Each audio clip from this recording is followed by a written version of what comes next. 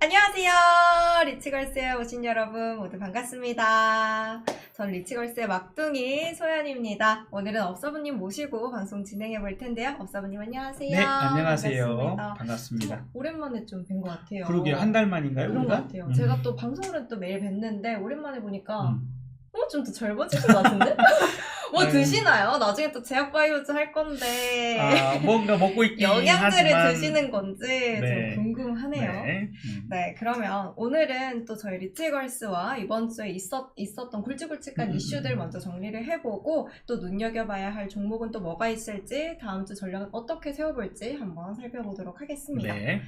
네, 먼저 일단 현지 시간으로 7월 13일에 정말 큰 이슈가 하나 있었죠. 오, 그쵸. 어떤 이슈였죠? 트럼프 형님? 맞습니다. 트럼프 형님 여기 오른쪽 귀에 피격 사건이 있었어요. 그거를 이제 입체 분석한 영상을 보니까 저도 봤어요. 진짜 이러고 있다가 살짝 돌리는 사이에 이거 스쳐 지나갔더라고요. 네, 사진도 맞아요. 눈 여기에 조준돼 있다가 음. 이렇게 하는 사이 이렇게. 정말. 와. 근데 이렇게 딱 총을 맞았음에도 손을 이렇게 번쩍 들면서 지지자들에게 나는 괜찮다 이런 싸우자. 식으로 맞아요. 파이팅 하면서 파이팅 하면서 내려갔어요. 그 사진 한 장 있잖아요. 네. 성조기가 걸려 맞아요. 위에 펄럭이고 당선이 유력해지는 상황에 또 저희 이 대선 이슈가 금융시장에 미칠 영향이 어떤 건지 굉장히 그쵸. 중요하잖아요. 네. 그래서 또 이 피격 사건 이후에 또 16일에 트럼프가 인터뷰에서 금리 인하는 해서는 안 될 일이다 이런 얘기를 또 했었어요. 근데 네. 또 연준 측에서는 그래도 할 일을 하겠다 이런 발언을 했죠.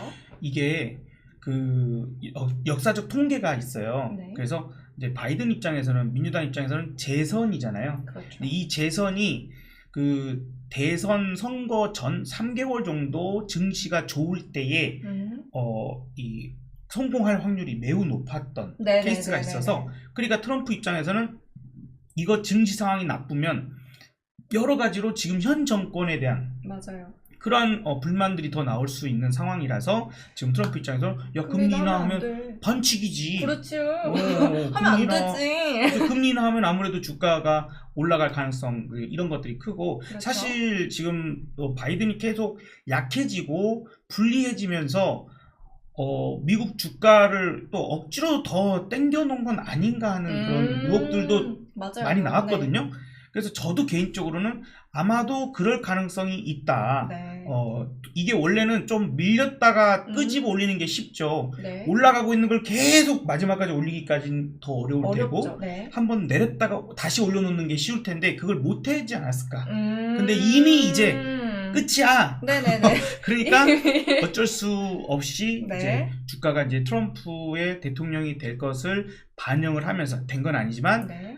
반영을 하면서 이미 반도체 와르르 무너지고 있죠. 그리고 이제 맞아요. 그 외에 뭐 대만과 우리나라 같은 경우가 미국에 무언가를 많이 수출하고 그 다음에 대놓고 얘기를 하잖아요. 너네 미국의 반도체 기술을 그냥 뭐 해서가 아니라 훔쳐가서 그래서 돈 많이 벌고 있잖아. 그러니까 돈 내놔.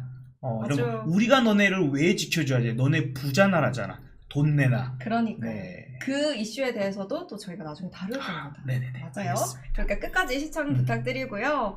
또 이제 금리 인하 얘기 나와서 그런데 우리 업사부님께서 아주 오래전부터 9월에는 금리 인하가 될 것이다 라고 예상을 아주 오래전부터 해주셨어요. 연초부터 그랬거든요. 맞아요. 네. 그런데 아무래도 좀 9월에는 금리 인하가 될 것 같거든요. 거의 이게 9월 금리 인하 확률이 뭐 60%였다가 70%였다 80%였다 이제 90%대까지 넘어왔고요. 네. 어느 한 곳은 100%다라고까지 표현하는 데가 생겼어요. 근데 우리가 또 100%라고 얘기하면 안 되겠고 100%는 또 90%대, 95% 이상 이렇게 되고 아주 높은 확률로 지금 파월과 그 다음에 제닛 옐런 이런 사람들이 트럼프가 대통령이 되면 경제적인 문제도 그렇고 미국의 어떤 그 국제적인 영향력이나 여러 가지 부분들에서 안 좋을 것 같아서 트럼프가 대통령 된 걸 막고자 했던 것 같아요. 각자의 어떤 또 개인적인 이익이 있을 수도 있지만 아무튼 그래서 금리 인하의 어떤 여러 가지 카드들을 정 안 되면 선거 전 마지막이 쓸 수 있는 게 9월이니까 그것이 바로 9월이죠. 네, 그래서 저는 이제 9월로 생각을 하고 있었던 거죠. 예상을 하셨는데 지금 또 아주 기대감이 좀, 네, 좋아요. 네. 그래서 이제 9월 금리 인하 기대감으로 우리 좋은 분위기가 좀 이어질 줄 알았는데 우리 국내 증시가 트럼프라는 변수를 또 만났죠. 맞아요. 그래서 이 트럼프 말 한마디 한마디에 글로벌 증시가 정말 이렇게 왔다 갔다 하고 있어요. 그래서 오늘은 이 뜨거운 감자인 트럼프 관련주들에 대해서 아주 낱낱이 파헤쳐보도록 하겠습니다. 네. 먼저 첫 번째로 저희가 살펴볼 좀 섹터는 뭐냐면 방산주예요. 방산은 대표적인 트럼프 수혜주 우리나라 그렇죠. 입장에서는 네. 그렇습니다. 또 이게 공약만 살펴봐도 나토 탈퇴라든지 주한미군 철수, 또 기존의 글로벌 파트너십 재고 등 국제 정세를 불안하게 만들 것들이 많기 때문에 이 방산주가 올라갈 것은 불보듯 뻔한 일이라고 볼 수 있겠죠. 그래서 이 방산주 섹터는 우리 리치걸스 연아 언니가 맞아요. 완벽하게 정리해 주셨어요. 네. 아니 여러분들 진짜 그 리치걸스 채널을 이미 보고 계신 거죠? 지금 이미 보고 계셔요? 리치걸스 채널에서요 다루고 있는 것들이 다 급등을 해요. 맞아요. 근데 뭐 유난히 우리 요즘은 연하님이 올려놓은 영상들 내용들이 네. 지금 CXL 같은 경우에도 어제 또 오늘 네오셈 엑시콘들도 급등을 했고 맞습니다. 다른 반도체가 다 죽거든요. 그리고 올라요. 비만 치료제 지금 치료제? 가장 핫해요. 핫하죠. 네. 최고로 핫한 섹터가 지금 비만 치료제이기도 하고요. 맞아요. 그리고 이제 방산도 지금 이전에 정리를 한번 이렇게 우리 사실 여성분들이 방산들을 다 이렇게 다루기가 쉽지 않을 수 쉽지 있거든요. 않아요. 공부 정말 많이 하셨어요. 그러니까요. 네. 네. 공부 정말 많이 하셨고 또 편집도 정말 혼자서 잘 하시거든요. 그때부터도 방산이 많이 올랐어요. 맞습니다. 네. 그래서 이 영상이 길이도 길지 않아요. 5분 정도 소요하시면 되거든요. 그래서 딱 5분 보시고 방산주 마스터가 되시길 바랍니다. 네, 그래서 저는 오늘 이 방산주 중에서도 이 하나 에어로스페이스를 한번 먼저 살펴보고 싶어요. 네, 한번 차트로 볼까요? 한화 에어로스페이스 이렇게 밑에 차량이 네. 궤도 바퀴가 있고 위에 포탑이 있어요. 네. 이런 종류가 두 가지가 있어요. 크게 보면 네. 하나는 이렇게 해가지고 곡사로 이렇게 쏘는 포가 그렇게 날아가요. 그리고 하나는 직선으로 날아가는 종류가 달라요. 네. 포가 그래서, 다른. 그렇게 하면은 이제 어떤 게 멀리 날아갈까요? 이렇게. 이렇게가 어떻게 되죠? 이렇게 가네요. 그러니까 포물선? 그렇죠. 네. 곡사로 쏘는 게 그렇죠. 가장 이제 멀리 날아가죠. 그래서 북한에서 탄도미사일 쏠 때 각을 이렇게 고각으로 쏘냐 아니면 이제 이렇게 날려서 쏘냐 해서 거리가 얼만큼 가느냐가 달라질 수 있는데 우리가 보통 탱크라고 부르는 전차 탱크 이거는 직선으로 쏴요. 저기 앞에 저기 딱 앞으로 평 하고 쏩니다. 그러면 이제 가다가 사거리가 떨어지면 이렇게 떨어지겠죠. 근데 이제 자주포라고 하는 거는 곡선으로 쏴서 만약에 산 뒤에 있으면 다른 애들이 공격을 해도 우리는 산 뒤에 이렇게 숨어 있다가 산 뒤에서 이렇게 쏠 수도 있고 그 다음에 사거리 자체가 40km 넘게도 쏠 수가 있어서 그렇구나. 상당히 멀리서 후방에서 이 전선을 지원해 줄 수 있는 역할도 할 수 있고 궤도 차량이니까 이동을 하면서 옮겨가면서 하기 때문에 한번 팡팡팡팡 공격을 해놓고 딴 데로 이동해버리면 걔네들이 여기에서 공격이 왔어 거길 폭격해라 딱 갔는데 아무도 없는 거죠. 도망갈 수가 있어. 그렇구나. 네. 그래서 매우 유용한 무기예요. 그렇네요. 자, 그래서 하나 에어로스페이스와 현대 로템이라고 하는 회사가 그 두 가지를 각각 만듭니다. 자, 현대 로템과 자, 그러면 한화 에어로스페이스는 자주포, 곡선으로 쏘는 자주포와 명품이라 그래요. K9 자주포, 그리고 K2 전차 탱크, 요거는 과연 각각 어디 회사에서 만들까요? 하나 에어로스페이스가 자주포. 네, 맞아요. 딩동댕. 네, 하나 에어로스페이스가 자주포고 지금 우크라이나 전쟁에서 가장 탄이 부족한 게 155mm라는 탄이 이만큼 크죠. 두껍고 이게 멀리 날아가는데 그게 제일 부족한데 155mm를 운용하는 무기의 약 45%가 K9 자주포예요. 그럴 정도로 이미 어마어마하게 많이 수출을 했어요. 자, 그리고 여기서 중요한 거 이거를 대적할 수 있는 무기가 독일의 펜저라고 하는 자주포가 있어요. 걔는 K9의 약 가격이 2배예요. 그러니까 그거 한 대 살래, 요거 2대 살래. 당연히 K9. 그러니까 예를 들어서 성능이 거의 비슷해요. 네. 저도 이제 그것까지는 정확히 기억이 안 나지만 1분에 몇 발을 쏠 수 있느냐, 그 다음에 뭐 자동 장전이 되느냐, 네. 사람이 몇 명이 필요하느냐 이런 것들이 있는데 거의 비슷하고요. 독일의 펜저가 분당 발사 수가 한 발인가 2발인가 더 많은 것 정도. 자, 근데 생각해봐요. 네. 1분에 약 6발을 쏜다고 쳐봐요. 그러면 펜저는 한 대, K9은 2대. 네. 그럼 여기 6발을 쏘면 12발을 쏘죠. 그렇네요. 얘는 1분에 7, 8발을 쏘겠죠. 뭐가 낫겠어요? 당연히 전자. K9이. K9이 훨씬 나은 거죠. 그래서 같은 가격으로 훨씬 많은 대수로 운영하면 훨씬 넓은 지역을 커버할 수가 있고, 그 다음에 탄약 운반 차량까지 뛸 수가 있는 거죠. 탄이 없으면 소용없으니까. 그렇죠. 네. 그래서 하나 에어로스페이스 여기에서 지금 우리가 사실 지난주 연하님하고 이렇게 방송할 때에도 네. 방산 얘기를 또 하고, 그 다음에 최근에는 이제 그 현대 로템이 K2 전차, 흑표 전차. 그래서 여기도 폴란드를 비롯해서 상당히 많이 수출을 하고 앞으로도 수출할 가능성이 매우 높은 상품이에요. 왜냐하면 지금 그 전차를 운용하고 만들어낼 수 있고, 네. 이제 뭐 예를 들어서 프랑스도 있고 영국도 챌린저라고 있고 다 있어요. 독일도 레오파드 2라고 있는데 현재 주문을 해서 K2 전차급의 생산이 될 수 있는 국가가 없어요. 거의 제로에 가깝습니다. 시설 자체가 없다고 보면 돼요. 생산 시설 자체가 네. 거의 없어서 미국도 에이브람스 그 전차를 아주 고성능이죠. 뭐 세계 최고다라고 할 수 있지만 네네. 얘네 신차 안 만듭니다. 있는 걸 업그레이드하거나 고쳐 쓰거나 이렇게 하지. 아니요. 왜냐하면 미국 자체에서 전차가 필요가 없어요. 거의. 위로는 캐나다죠. 네. 최우방국이죠. 그렇죠. 밑에는 그리고 이제 밑에는 멕시코나 이런 부분들이지만, 그러니까 지금 있는 것만으로도 충분한 거예요.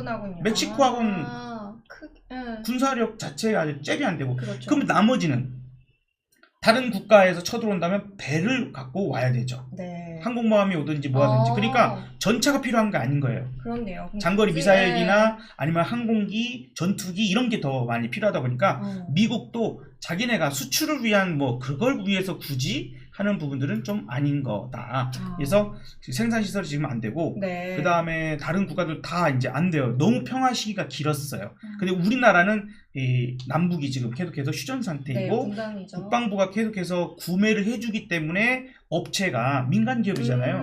그러니까 계속해서 그걸 늘릴 수도 있었고 업그레이드 시키는 그런 개발을 시도를 할 수가 있었던 거죠. 그래서 생산이 계속 되고 있고, 네. 월 10대씩 생산할 수 있어요. 현대 로템이 K2 전차를. 네. 최대 막 야근하고 24시간 돌린다 그러면 20대까지 생산 가능해요. 근데 그거 정도 할 수 있는 국가가 독일의 레오파드 2가 네. 잘 생산하면 10대를 생산할 수 있긴 한데 여기서 함정이 있는 게 크게 나누면 밑에 차량 부분하고 위에 포탑 부분이 나눠져요. 네. 밑에 차량은 중고차. 위에 새 것만 갖다 붙여갖고 10대. 그러니까 밑에 차량은 있는 거 갖고 붙이는 거예요. 그러니까 이게 다 떨어지면 만들 수가 없다는 거죠. 그렇네요. 그러면 새롭게 협력업체를 구해서 너네 뭐 만들고 너네 뭐 만들고 이렇게 조합을 다시 해서 만들어야 되니까 네. 안 된다는 거예요. 그러니까 K2밖에 없어요. 그러네요. 지금 트럼프 얘기가 나왔잖아요. 우리가 이전에도 이런 얘기는 많이 했어요. 근데 지금은 이게 급해진 거예요, 여러분. 이전에는 시간이 있었다. 아직은 어떻게 될지 몰라. 근데 이제 트럼프가 되면 말 그대로 나토 탈퇴? 이거 어떻게? 너무 유럽 국가들이 네. 그래서 미국 믿고 나름대로 네. 국방비 GDP 2% 해서 하자고 했는데 안 했거든요. 맞아요. 그냥 너무 급한 거예요. 자기네들 나라에서조차 그것을 다 만들어낼 수 없고, 그렇지 않은 국가들, 네. 애초에 그런 생산시설이 없는 국가들은 상당히 문제죠. 그래서 이거 가만히 냅뒀다가는 네. 한국이 상당히 장악을 하겠구나라고. 사실 우리가 방산 순위가 많이 올라오긴 했지만 미국은 완전히 압도적으로 1위. 그래서 그 넘사벽이고 우리가 그렇게 비중이 엄청 크지 않아요, 아직까지. 네네네네. 근데 이제 프랑스의 마카롱인지 마크롱. 요 놈이 이제 우리한테 나쁜 소리 한 셈이니까. 네. 지금은 이제 그 나토 국가들이나 유럽 연합이 20% 정도는 네. 우리끼리 안에서 서로 사고 팔고 해주자. 네. 우리 안에서. 근데 이걸 50%까지 높이자 이거예요. 그러면 우리는 그만큼은 시장을 잃게 되죠. 그렇죠. 그러니까 80%의 시장이 있을 수 있었는데 50%로 줄어들게 되니까 우리 입장에선 이거 마카롱이야? 이거 마카롱이야? 이렇게 되는 거입니다. 그래서 그게 근데 당장 될 네. 수가 없다. 당장 급한데 어떻게 합니까? 그렇죠. 그래서 우리가 어떤 분들은 왜 폴란드에다가 전차 팔면서 탱크 팔면서 거기다가 왜 현지 공장을 만들어주냐, 기술 유출도 되고 막 그런 거 아니냐, 그리고 우리나라에서 만들어서 보내면 우리나라 일자리가 거기서 더 확대가 되고 좋은데 폴란드 일자리 만들어주고 왜 그래야 되냐. 근데 여기서도 생각해야 될 거 있어요. 네. 만약에 북한이 우리나라를 쳐들어와서 때린다. 그러면 어디부터 때릴까? 우선순위가 있겠죠. 수도권, 서울. 일단 대통령 있는 분 그 자리 때릴 수도 있지만 네. 또 중요한 자리는 이제 우선순위가 있습니다. 통신 같은 것도 마비시켜야 될 것이고 네. 그리고 가장 또 때려야 될 게 군수 시설을 만드는 무기를 만드는 시설. 거기가 끊겨야 거기가 폭파돼야만 더 이상 만들어지지 않는. 우리 소연 씨가 제일 잘하는 지역. 잘하는 그런 거 많이 보지 않았나요? 그 옛날에 본인 살던 지역에서 옛날에 잘 오래 지냈던 지역에서 사천. 아니 창원이 군수 그 시설이 가장 많다. 맞아요. 핵심 시설들이 원체 그 군수 시설이 많아서 네. 아마도 너무 창원을 네. 막 때릴 가능성이 전쟁이 안 나겠죠. 네, 안 날 네, 텐데 네. 그렇게 때리면 네. 우리나라가 그러면 갑자기 무기를 만들 공장이 없어지잖아요. 네. 근데 우리는 해외에 폴란드에, 만들어놨어. 야야야야야야. 너네 거 우리한테 좀 먼저 좀 줘. 빌려줘 하든지 아니면 먼저 줘. 우리한테 네. 팔아. 할 수가 있다는 거죠. 아. 그러니까는 김정은 입장에서 날래 때리라고 해서 막 때렸어. 그리고 막 저희는 대비책이 있으니. 그 대한민국의 군수 시설을 막 초토화시켰어. 네. 근데 어디서 자꾸 기어와. 자꾸 나오는 거죠. 뭐야 이거 어떻게 내려 어떻게 된 길에? 아유 내려 모르가시오. 폴란드에서 오고. 그래서 호주에다가 우리가 레드백이라는 장갑차 이런 것들 판매했다. 그러면 거기다도 현지 공장 만들어주면 거기서도 또 이제 올 수 있고 이런 식이 될 수 있는 거예요. 제가 이제 좀 술을 좋아하잖아요. 네. 그 바카디라는 쿠바 그 술이 있어요. 럼. 네. 바카디가 그 미국이 금주령을 내리면서 미국 사람들이 네. 거기서 술을 못 먹으니까 네. 쿠바가 가까워서 쿠바에 가서 그렇게 술을 많이 먹었어요. 그래서 바카디가 엄청 이렇게 성장하게 된 거야. 그래서 바카디가 이제 생각을 한 거죠. 거기 회사에서 창업자가 야 쿠바에다가만 만들지 말고 다른 나라에다가 해서 수출해야겠다 네. 생각해서 다른 나라에다가 많이 양조장을 만들었어요. 증류소를. 네. 근데 쿠바 혁명이 일어나가지고 네. 엎어졌어 쿠바가. 맞아요. 그래서 얘네가 미국과 사이가 안 좋죠. 그래서 걔네가 혁명군이 이제 어떻게 했냐면 야 술은 다 국가에서 통제하고 국가에서 만든다. 증류소 다 내놔. 국가 거야. 뺏어갔어요. 어머나. 그러면 원래 그런 대비를 안 했으면 네. 바카디는 망했겠죠. 그렇죠. 그 정부에서 그거 해봤자 쿠바 군이 그걸 해봤자 얼마나 잘하겠어요. 근데 얘네들은 해외에다가 양조장을 많이 만들어놔가지고 증류소를 많이 만들어놔가지고 거기서 살아났어. 약간 그런 비슷한 원리가 될 수 있어서 설명을 너무 잘해주셨는데요. 예시가 네. 완벽했어요. 지금 이해가 쏙쏙 돼요. 네, 그래서 그걸로 살아났고 다시 이제 쿠바가 그거 정책이 바뀌면서 일단은 다시 이제 회생될 수 있었는데 그런 것처럼 우리가 물론 맞아요. 말씀하시는 거 여러분들이 그런 얘기하시는 분들 왜 굳이 해외에 현지 공장들을 만들어줘가지고 걔네가 그리고 기술 유출도 될 수 있고 근데 문제는 지금 걔네가 만들어줘가지고 그 기술이 유출된다 하더라도요 구식이에요. 그렇게 되면 그건 이제 이미 우리한테는 구식이에요. 우리는 그 다음 단계를 만들고 준비하고 있거든요. 그러니까 너무 그렇게만 생각하지 말고 맞는 말씀이긴 합니다만 다 조절합니다. 전부 기술 유출이나 이런 것들도 안 되게끔 어차피 우리는 또 로열티와 부품을 팔아서 남겨먹는 게 크고 폴란드가 유럽에서 있기 때문에 만약에 그 마카롱이가 주장한 것처럼 50%가 됐다 하더라도 폴란드를 통해서 팔 수가 있어요. 그 틈을 들어갈 수가 있는 거죠. 그렇네요. 그래서 이거는 트럼프라서 지금 급하게 한번 조금 더 올라가는 부분이 있지만 이미 우리가 많이 했잖아요, 여러분들. 우리 방산 얘기 많이 했잖아요. 근데 그런 것처럼 이념 싸움이 나온 거예요, 이미. 그죠? 신냉전 체제 이거 피할 수 없어요. 이제 우리가 평화 시대가 길었을 뿐 계속해서 인류 역사상 전쟁과 이 대립은 계속 있었던 네네네. 거이고, 그래서 방사는 시대의 흐름인데 이게 때마침 전 세계에서 이 생산을 할 수 있는 거의 유일한 국가가, 가장 빠르게 가장 가성비 좋게 만들 수 있는 국가가 거의 대한민국이 유일한 유일무이한 상황이다. 상황이군요. 네. 계속해서 보셔야 한다. 네, 계속해서 눈여겨보셔야 할 종목이 바로 이 방산주고, 그렇기 때문에 지금 하나 에어로스 페이스 계속 그다음에 챙겨봐야 돼요. 현대로템, 현대로템까지. 그렇죠? LIG 넥스원, LIG 넥스원도 한번. 네. 하나 시스템도 이제 둔하긴 하지만 네. 볼만은 하고요. 그 다음에 이제 우리가 무기를 만드는 것도 중요하지만 무기를 만들어서 그게 잘 운용되는 것도 중요해요. 현대 전쟁은. 네. 옛날에는 물량으로 막 하거나 성능으로 몰아붙여서, 네. 전쟁이 됐지만 지금은 네트워킹. 그래서 막 인터넷 막 연결해가지고 어디에 적이 있고 막 이런 것들 파악해서 네. 하기도 하고, 물자가 어디로 효율적으로 가거나 이런 것들도 다 중요하거든요. 그러니까 나중에는 인공지능이 전쟁하는 시대가 될 수도 있어요. 어쨌든 그 전 단계에서 코츠 테크놀로지라는 종목이 있어요. 얘도 네. 방산이고요, 여러분. 이게 이제 그런 군의 그 네트워킹, 요런 전쟁을 하는 그 부분에서 핵심이 될 수 있는 기업이니까 네. 이 종목 정도까지 보면 좋을 것 같아요. 그래서 하나 에어로스페이스가 일단 대장인데 거의 대장입니다. LIG 넥스원도 거의 대장이고요. 네. 그 다음 뒤쫓아가고 있는 게 현대로템, 그리고 이제 하나 시스템 정도를 시스템까지. 보고요. 그리고 이제 코치 테크놀로지는 약간 분야가 다르지만 여러분이 관심을 가지셔야 될 그런 거고, 기왕지사 북한이 뭔가가 난리쳤을 때 올라가는 중소형 방사는 저는 안 보셨으면 좋겠어요. 그거 아니어도 네. 여기서 충분히 훨씬 안전한 종목, 훨씬 큰 종목으로 수익 낼 수 있으니까 뭐 빅텍을 비롯해서 몇 가지들 있죠. 그런 것들은 너무 산발적으로 움직이고, 그것도 마찬가지로 트럼프가 어떤 인물입니까? 트럼프가 오바마가 그 김정은 만난 적 있나요? 없지 않나요? 그죠? 네. 바이든도 김정은 만난 적 없잖아요. 네. 근데 트럼프는 그냥 김정은 만났어요. 만나죠.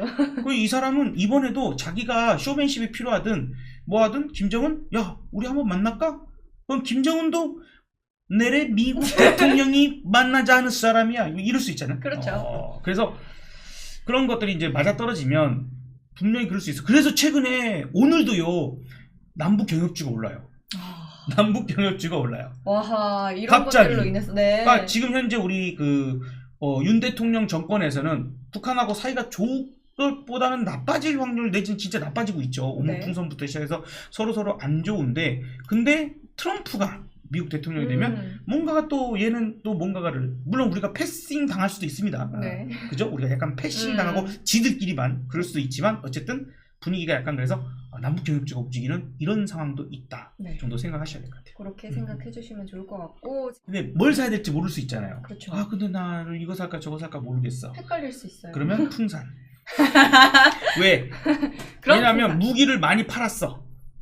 네. 무기를 많이 팔았어요. 근데 소모품이 필요하잖아요. 탄이죠, 탄. 쏘면 계속 사서 채워 넣어야 되니까. 그렇죠. 그걸 만드는 게 풍산이니까. 그래서 풍산도 가고, 또 굴이나 뭐 이런 것들 네. 때문에 또 올라가는 때도 있고요. 그래서 풍산도 마지막으로, 진짜 마지막으로 마지막까지 네, 챙겨주시는 우리 사부님이셨고요. 그리고 저희 다음으로 또 제가 또 가지고 온 섹터가 제약 바이오주예요.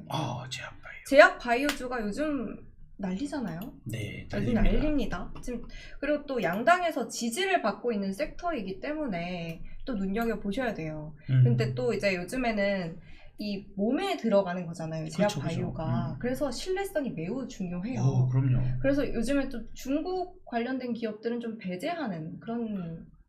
그래서 우리가 지금 HLB 난리 났었잖아요. 맞아요. 언제 또 그렇게 될지 몰라요. 네, 이런 얘기도 나오고 있어요. 그래서 또 생물보안법이 하반기에 통과될 거라는 그런 전망도 나오고 있는데, 현재 양당의 지지를 받고 있기 때문에 이 법안이 통과될 가능성도 높다라고 볼 수 있겠죠. 그래서 또 요즘 비만 치료제 종목들 핫하잖아요.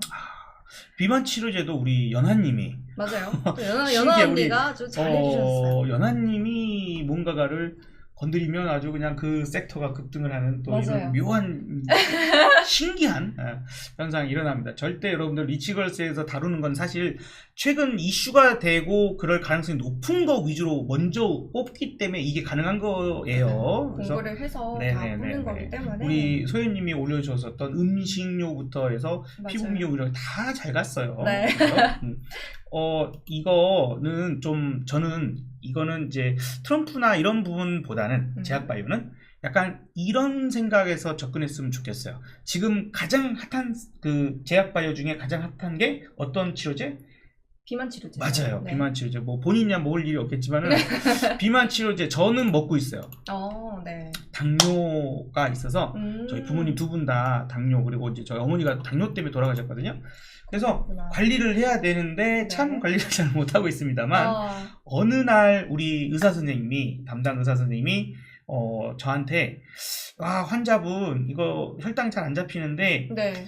이거 의료보험이 안 되는 약인데 이 약을 좀 먹었으면 좋겠다. 근데 조심스럽다. 의료보험이 안 돼서. 그러면 한 달에 이거 얼마나 나와요? 그랬더니 한 2만 원 이래서 에이 그냥 주세요. 2만 원 먹을게요. 근데 이건 먹으면 살 빠질 거예요. 그러더라고요. 이게 한 5, 6년 전이거든요. 아주 오래전이네요. 네, 5, 6년 전에 네.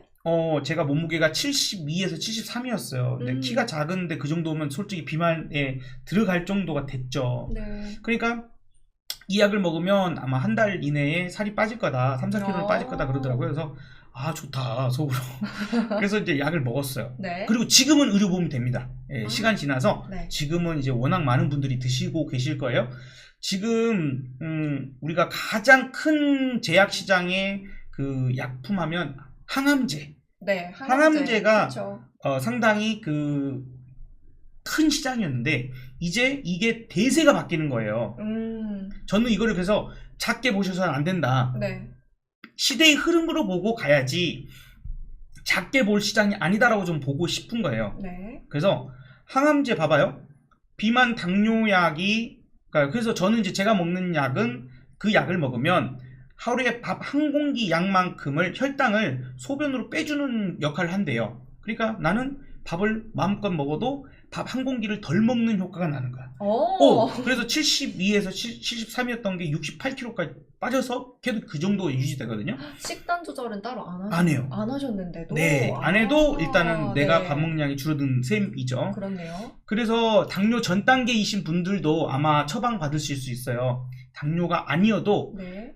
당뇨 직전까지 왔어요 하시는 분들 그런 약이 있다던데 혈당을 이렇게 소변으로 빼준 약이 있다던데 저 그 약부터 처방해 주세요 하면 아마 여러분들 될 수도 있습니다. 살 빠지고 얼마 좋아요.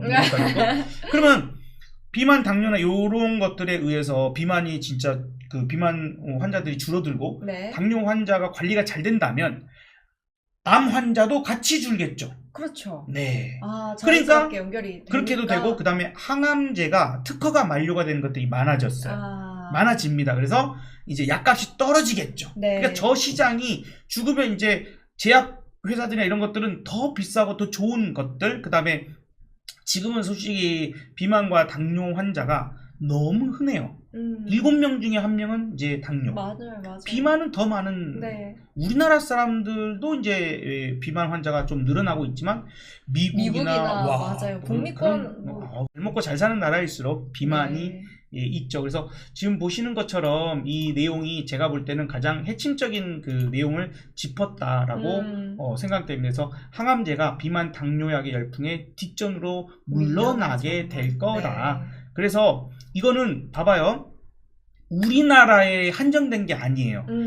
그 원전도 우리가 한번 짚어봐야 되지만 원전은 우리나라의 호재였죠. 우리나라에 한정된 내용이에요. 그죠? 네. 원전. 그러나 지금 방산이랄지 방산도 우리나라가 이제 그거 한 거지. 미국의 방산 기업들도 엄청나게 매출이 많겠죠. 방산이 필요하니까. 근데 비만 치료제 이거는 세계적인 흐름에서 가는 거야 라고 생각을 해야 돼서 네. 이거 짧게 가는 거 아니다라고 좀 생각됩니다. 우리가 전력 전선 뭐 요거 전력 설비도 이거 짧게 끝나는 거 아니에요. 맞아요. 계속 가고 또 가고 또 가고 하는 게 이건 우리나라의 문제가 아니라 전 세계적인 추세적인 문제이기 때문에 갈 수밖에 없어요 라고 얘기했던 것처럼 비만 치료도 그렇게 그림이 그려져 가고 있다 이렇게 보여집니다. 네. 또 비만 치료제 중에 뭐 펩트론도 있고 또 신신제약, 라파스, 코오롱, 티슈진 이렇게 있는데 또 그 중에서도 네. 라파스랑 대원제약이 붙이는 비만 치료제를 또 개발했다고 했더라고요. 같이 이제 네네. 하는데 그런 소식의 상한가를 또 간 적이 있죠. 네, 그리고 이제 있어요. 대장이 라파스가 대장주의 역할을 하고 있습니다. 그리고 네. 이제 대원제약과 함께 그러한 걸 만드는데 대원제약은 그에 훨씬 못 미치죠. 그럼 우리는 어떤 접근을 하는 게 좋을까? 라파스 접근하는 게 좋을까요? 대원제약 접근하는 게 좋을까요? 라파스. 그렇죠. 센 거 가야 됩니다. 무조건. 맞아요. 이제 오늘 DXVX라는 종목도 네. 이제 상한가 우리 그 날짜로 7월 19일 금요일 네, 7월 기준에서 19일 금요일, 네. 네, 상한가를 또 이렇게 연속적으로 가는 모습들에서 스타트에서 나도 비만 치료, 나도 비만 치료, 나도 비만 치료해서 여기저기서 네, 처음에는 펩트론, 그 다음에 삼천당 제약, 네. 뭐 이런 것들 중심으로 그 전에는 이제 대봉 LS 이런 게 그 비만 치료제로서 많이 부각이 됐었었는데 갑자기 어느 날 나도 비만 치료제인데요 라고 나오면서 네. 네, 뭐 신진제약도 샤페론, 네, 그 다음에 오늘 뭐 GEXVX 그리고 인벤티지랩 예, 이런 것도 그 다음에 뭐 등등등 계속 나옵니다. 아이큐어, 네, 아이큐어도 나오고 네. 더 나올 것 같아요. 맞아요. 요거 일반 제약사들에서 못 만들겠어요? 만들 수 있죠. 만들 수 있죠. 근데 이제 먹는 약보다 여러분 예, 입으로 해서 먹는 약 저도 이제 먹는 약을 하루에 하나를 먹어요. 하루에 하나를 먹는데 와 내가 이거 오늘 되게 신기했어. 그 뭐가 신기했냐면 로슈 먹는 비만약이 하루 하나를 먹으면 한 달에 체중이 6.1% 줄어준대요. 자 여러분 여기서 오해하면 안 되는 게 있어요.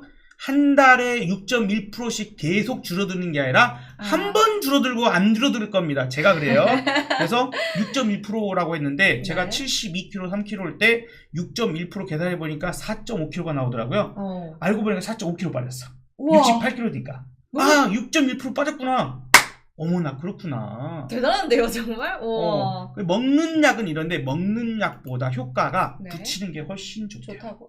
네. 그리고 이제 이게 하더라고요. 뭐 일주일에 한 번이었던 게 뭐 한 달에 한 번 이런 식으로 바뀌거나 여기 붙일 때 이 약이 잘 스며들어야 되죠. 네. 그래서 신신제약에서 이번에 개발을 한 게 마이크로 니들이 뭐죠? 바늘이요. 그렇죠. 네. 마이크로 니들. 그래서 나중에 니들이 니들을 알아? 그래서 녹아 이거. 녹아버려. 녹아요. 녹아서 없어지는. 미세한 바늘. 네, 엄청 미세한. 그래서 이거 엄청 뭐 아프다거나 그렇지 않고 바늘이라고 해서 엄청 아프거나 그렇지 않고요. 그래서 이제 붙이는 그거에 그런 마이크로 니들 기술이 또 적용이 돼서 훨씬 효과적으로 다이어트의 어떤 그거 되는. 뭐 먹는 거 싫어하시는 분도 있고. 그렇죠. 붙이는 거 쉽잖아요. 붙이는 게 쉽죠. 네네.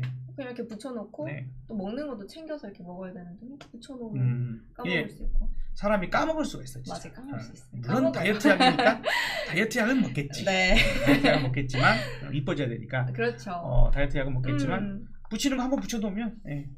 어디다 붙이는지 모르겠지만 네, 어디에 뭐 이렇게 잘 안 보이는데 안 보이는데 붙여야겠죠. 붙이면 되겠죠. 근데 또 이 비만 치료제 관련주 중에서도 약간 등락률이 좀 이렇게 엇갈리는 상황이 또 보여질 때가 있더라고요.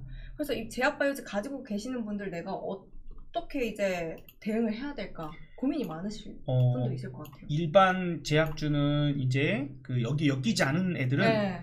개별적인 이슈들로만 왔다 갔다 해야 돼요. 네. 어려워 대응이. 원래 제약바이오주는 원래 대응이 어렵거든요. 네. 그러면 차라리 가장 이슈가 되고 진짜 제가 주장하는 바가 맞다면 그죠? 세계적인 추세로 가는 거라면 물렸다가도 다시 살아나고 수익으로 갈 수 있는. 그러면 이제 지금 대장주격으로 움직였던 종목들 네. 예를 들어서 라파스가 금요일날 지금 밀려요. 그죠? 맞아요. 이게 너무 급등해서 경고를 줬어. 너 너무 급등하는데 안 되겠어. 조금 내려가. 자중해 했는데 자중해 그거 아시죠? 네. 지윤 아시죠? 너 자중해 이거 모르세요? 몰라요. 나중에 한번 검색해 보시면 너 자중해 이렇게 하는 거 나오거든요. 네, 너 라파스 너한테 하는 말이야. 네. 근데 얘가 자중 안 하고 급등해 버렸어요. 더. 그래서 경고를 먹었는데 40% 이상 올라가면 하루 거래 정지를 당해요. 그래서 목요일 날 거래 정지를 당했던 거고 네. 여기서 또 급등하면 어떻게 되겠어요? 또 문제가 되겠죠. 네. 그래서 지금 밀리는 거거든요. 그러니까 저는 이렇게 생각합니다. 이거 밀리면 한번 잡아볼 만 하겠구나. 아하. 그냥 뭐 자 이제 그 요거 한번 읽어주세요. 본 방송은 그거 있잖아요. 투자 판단에 대한 조언일 뿐. 네, 투자의 판단에 대한 조언일 뿐. 요거를 이제 또 완벽하게 네, 이 주가의 오르내림을 책임지지 않는다는 거. 책임지지 않는다는 거. 자, 그래서 최대한 싸게 사면 좋겠어요. 그래서 저는 한번 노려볼 것 같습니다. 다음 주에 저는 라파스라는 종목을 혹은 이제 또 밀려져 있거나 아니면 아예 대장주로 치고 나가는 오늘 얘는 이제 상한가에 갔지만 DXVX 근데 솔직히 주가를 봐요. 이거 하고 싶지 않죠. 마음에 안 들어. 않아요. 물론 이제 시작인 것 같은 상황이지만 지금 당장은 하고 싶지 않아요. 뭐 그런 부분이 있는 거면 펩트론이나 뭐 삼천단제약이나 이런 종목들이 잘 눌러주면 올라가고 삼천당도 그죠? 우리 나이가 많으신 분들은 순간 싹다 이거 어렵잖아요. 그러니까 천천히 눌러주면 사고 올라가고 눌러주면 사고 먹고 눌러주면 사고 올라가면 팔고 천천히 할 수 있는 종목 이런 거라면 이런 종목도 괜찮지 않을까. 너무 급등락이 너무 빠르면 대응이 어려우시잖아요. 그렇죠. 어르신들은. 물론 우리 리치걸스 보시는 분들은 젊은 분들이 많지만 제 방송 보시는 분들 연세가 많으셔서 습관적으로 좀 그런 얘기도 드립니다. 네, 이렇게 또 제약 바이오주 종목 대응까지 이렇게 설명을 해주셨고요. 저희 마지막으로 이제 일부 마지막으로 궁금한 게 있어요. 이 원전주가 또 급등하다가 이제 급락을 했어요. 그러니까요. 이거 어떡해요? 원전이 지금 급등하다가 금요일까지 이 급락스럽게 해서 대응 못하고 내지는 원전 수주됐다고 그렇게 해서 언론에 이렇게 엄청나게 새로 들어가셨다가 엄청나게 물리신 분들이 엄청나게 많아요. 근데 이런 분들은